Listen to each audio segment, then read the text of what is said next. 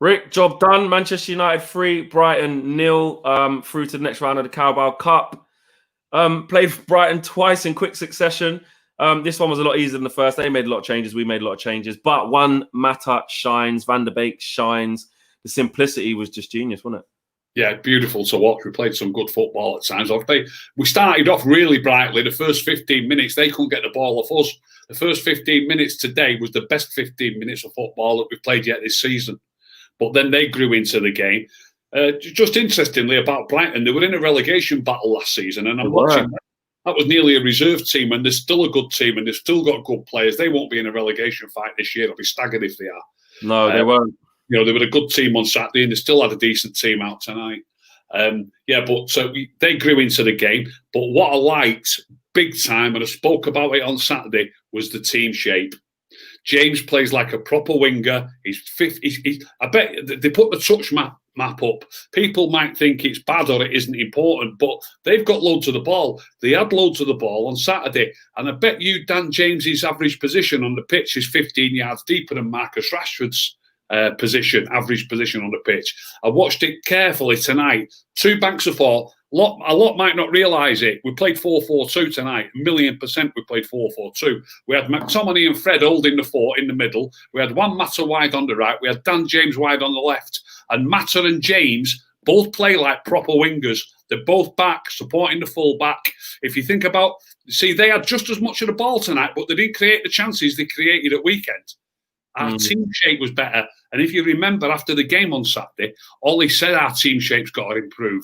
And tonight, the team shape was class. So there was the 2 banks of 4. There was Van der Beek in like a number 10 role, and Igalo at number 9. And they had a couple of half chances, Brighton, but nothing like the balls were coming into the box and the chances they were getting at weekend. So the team shape is better. And once you nick a goal, which you've always got a chance of nicking a goal, and every time we speak about McTominay or Fred, there wasn't much to choose between them. No. But I've seen it time and time again, he's got more of a goal threat, McTominay. Yeah, he will do because he's There's much between them, but you've got to go with McTominay.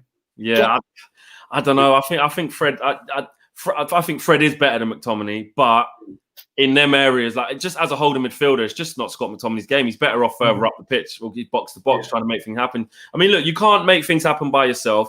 And one Mata and Van der Beek, for what I saw, I just saw 2 players that were head and shoulders above everyone on our team. And it wasn't until the changes were made that I thought we started to open them up. Because even again in the second half, I don't think we were that great, and then the changes came and we just opened them up, and it just came from there. Moments of brilliance from Mata doing what he does best. I can't remember who passed it to Van der Beek, but was it Fred? So Fred passes it to Van der Beek. Van der Beek flicks it through to Mata. So although we had made the changes, it was players that were already on the pitch. That scored that second goal. And it was a brilliant goal. Van der Beek's little touch. You see, we've got some players who try them little flicks and that don't come off. Play it far too often. And Van der Beek, I think he's just a dead intelligent player. He tries it when it's on. I was just about to say that. He does it at the right time when it's on. Yeah. And it's not genius. But Rick, look, you talk about Mata all the time, and you say that, playing with the better players, you say, things like people talk about the subs not being that great, but they don't get the opportunity. When Mata plays, yes, it's against lesser opposition. Yes, he's playing with our B team. But did you see a performance today, and against Luton, really, but more so today, that kind of backs up your point? Did you see that he should be playing more? If we go back 4 or 5 games, like two games before after the lockdown, towards the end of the season, the Europa League, we played FC Copenhagen.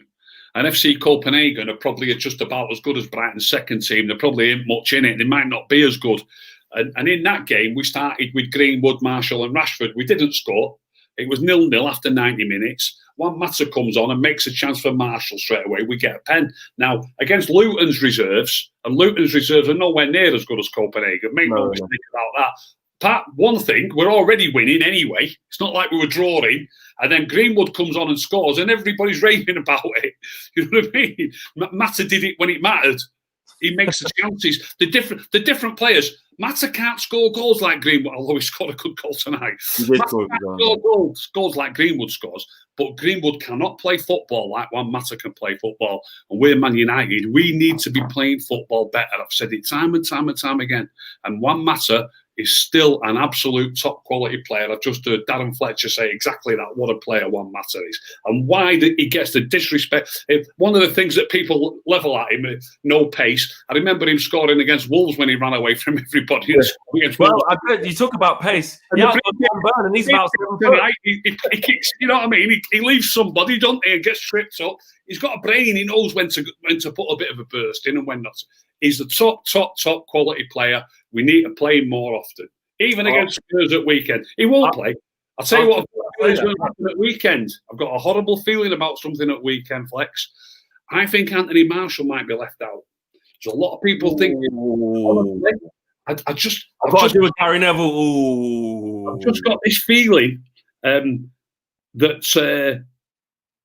he still doesn't gather the difference that Marshall makes with his hold-up play. I mean, Rashford did well tonight when he come on. He did fine, but Spurs is going to be different again. And I've noticed... You might leave him out. Well, I hope I'm wrong. No, he weren't even on the bench today, Rick. He's been saved. Yeah, you might say that, but I've seen him on the bench as the backup who's going to come on to change a game.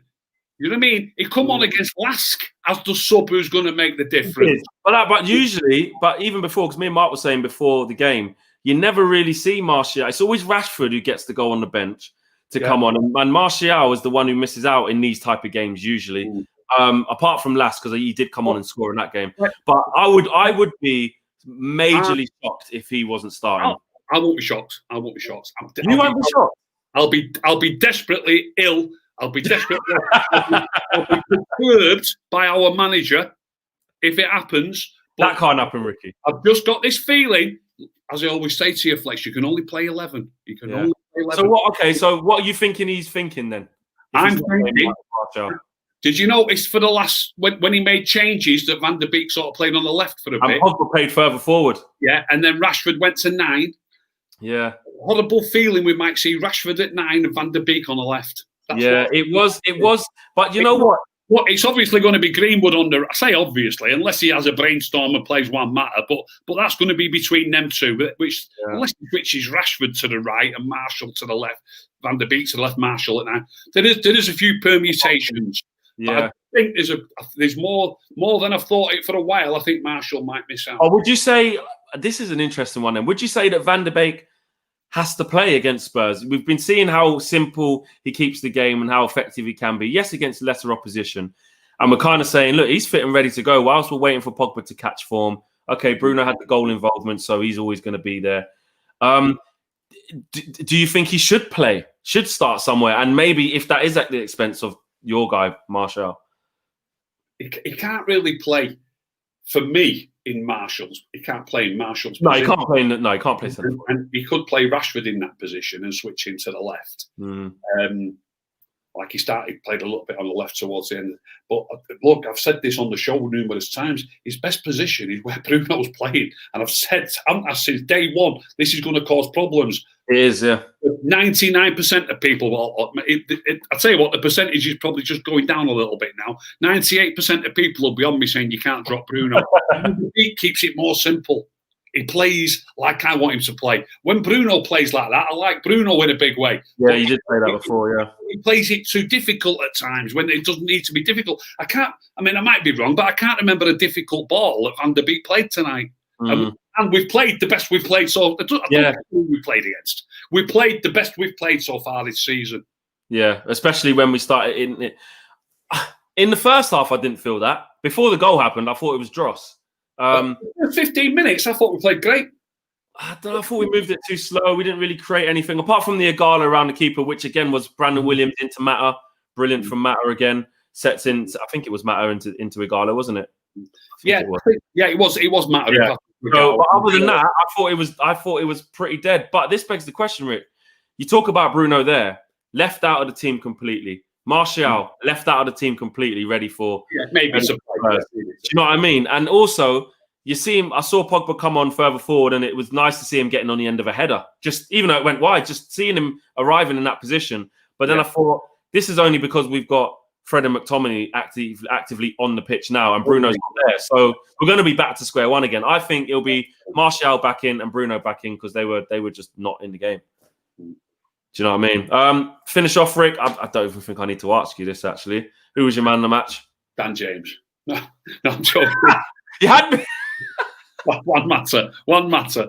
You had me then. There were loads of people saying, Rick, how did Dan James play? Dan James played perfectly fine. The team settled. I just didn't really do anything for me. He might have been in the way with what they do, with all the exciting stuff and making chances and all that. We look like a team taking shape tonight. The shape was there. I'll give you that. They didn't get any chances hardly. But the shape wasn't just Dan James. It's just all 11 players, all 10. It is all 11 players, but he's playing in that role that's an important role. I'll put some photographs up. I put photographs up at the weekend about players who were too far forward. There's clear photographs of 2 banks of 4 tonight. Yeah. Dan James is playing a role. Look, it doesn't matter. It matters that you pass the ball all right, and he did pass the ball all right most of the time. Of course, look, everybody will say, oh, he give this away and he give that away, but even the better players give it away once or twice, so don't worry about that. Do you know what I mean? So then as Ollie spoke about after the game at weekend, the team shape wasn't good enough. Tonight, Dan James played, and the team shape was good enough. It was excellent. So it's that. So there you go, Dan James. But if a different player played in place of Dan James, the team shape wouldn't have been excellent. It is a team game. It is everybody, but you're all an important cog when you're talking about team shape. Yeah, well, maybe it was something they actually, we talk about coaching and what they're working on the training field. Maybe that was one of the things there because, like you said, you've picked up that it has improved. Listen, Rick, roll on Sunday, big game. We've got to shut Jose up. He's been talking rubbish about Ollie. He seems so bitter at the moment. We've got to shut him up. Desperate to win. Desperate for Martial to play. I'll be devastated if he leaves him out. Yeah, I can't see it happening. It's interesting what you picked up on, though, but I think the fact that he wasn't even on the coach today, I think he's starting. Rick, I'll see you then, mate. Good night, mate. Nice one.